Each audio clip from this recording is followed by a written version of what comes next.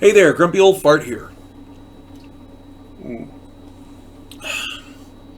I'm doing a movie review of the movie The Thing from Another World. This is one of my absolute favorite science fiction movies. It came out in 1951. It was originally black and white. They've colorized it and added a bunch of frills to it, but the black and white one is just perfect the way it was. It is a horror science fiction movie, and it is an iconic classic. The plot is Air Force personnel and scientists at an Arctic research station discover an alien spacecraft buried in the ice. When they try to melt the ice, they accidentally destroy it.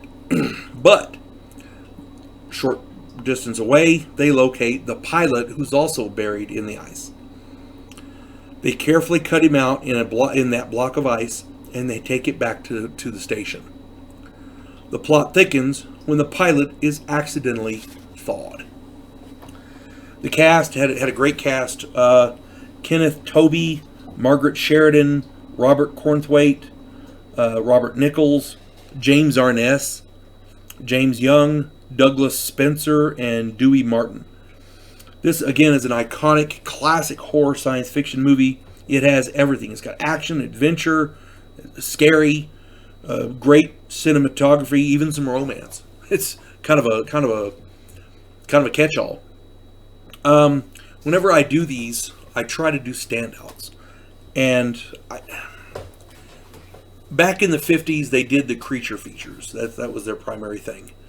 And, of course, everybody was still fascinated by the 47 Roswell incident with the alleged UFO crash. So everybody was talking about UFOs and aliens and blah, blah. The actors and actresses in this movie were, I don't know if they knew it or not, but they were setting a standard. And they set that bar pretty damn high.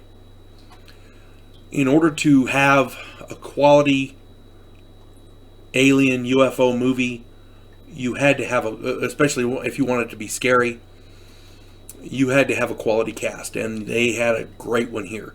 The main one that I want to talk about, he's not the standout because he didn't really get to shine as his acting chops, as it were. But James Arness played the monster, the alien, the thing from another world. And if you're not familiar with that name, he played Matt Dillon from Gunsmoke, the Western series, the long-running Western series, because he was a big guy and he looked good in the alien costume, and he did it well. But the two standouts that I really wanted to talk about, Robert Cornthwaite, he plays Dr. Carrington. This guy is the quintessential scientist who pursues science no matter what. The character pursues science and scientific discovery even at the cost of his own life. And Robert Cornthwaite was a great actor. He played in this movie. He played the guy that you understood, but fundamentally disagreed with. You didn't agree with what he was doing, but you understood why he was doing it. He made that character come to life, and he did it well. You don't get that a lot these days. In any movies these days. Usually it's a person playing a part and you can tell. With this guy became the part. He did it really well. The other one I wanted to talk about was Douglas Spencer. He played a character named Ned Scott. This guy was a reporter. I did a video a while back called UFOs Evidently. And in that, there might have been some before that, but anyway, there was one before that. I think it was Bigfoot and UFOs. But anyway, I talked about this particular film, and the reporter at the end, when he's getting a scoop, and he says, "Watch the skies." It's that guy. That's this actor, this character. He's the journalist who's looking for a scoop, but is responsible enough not to endanger anyone, and he's willing to help out. Most reporters these days, they'll take a step back and take pictures and whatever, but they don't want to get involved.